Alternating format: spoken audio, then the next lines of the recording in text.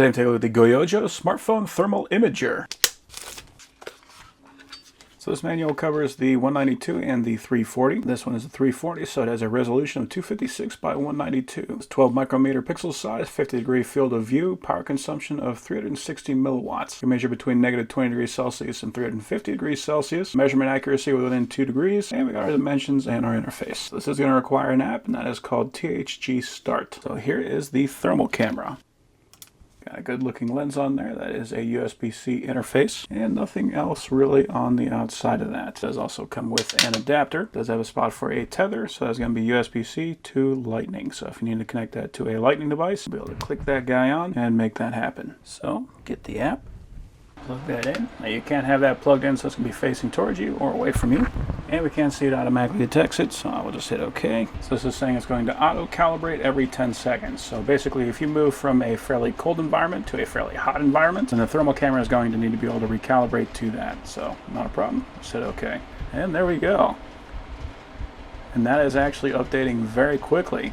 And this is on a Samsung S9. So even with a fairly old phone, this is still working no problem. So we can see on the side, the cool areas are 20 degrees, the hot areas are 25 degrees. So if you need to know what is that orange, we're looking at about 26 degrees. If I put my hand in front of that, you can't see that it changes. So the cool area is still 21 degrees, the hot area is now 35 degrees. We can record videos.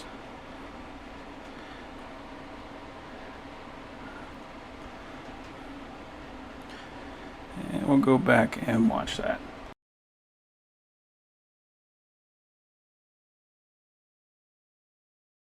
Plus just the fact that we now got that on our phone, so if we need to share that with anybody, we can do that very easily. And we can see right there, we've got it facing toward us now, so that does work in either facing away from us or facing toward us. So here we got a motor, and it was kind of questionable.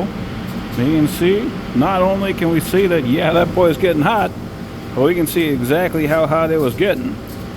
49 degrees. Very neat. Let's go compare that to this motor. Over here, right about 36 degrees.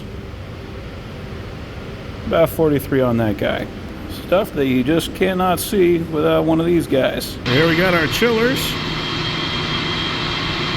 I think one of the cooler things too is just like, there's not really that much light in here. You can see everything basically just like it's lit up. You can almost navigate just using this guy. And here we can see our water pumps.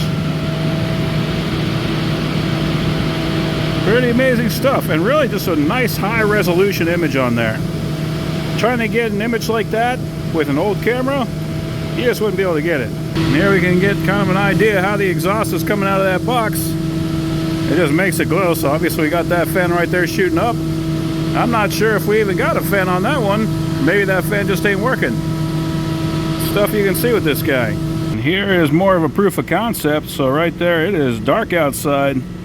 But with that, we can see everything that is going on. That is pretty cool. And plus just having that unit that we can plug into the bottom of our phone, we never got to worry about it being charged. We always got our phone getting charged. That is just a super handy little unit.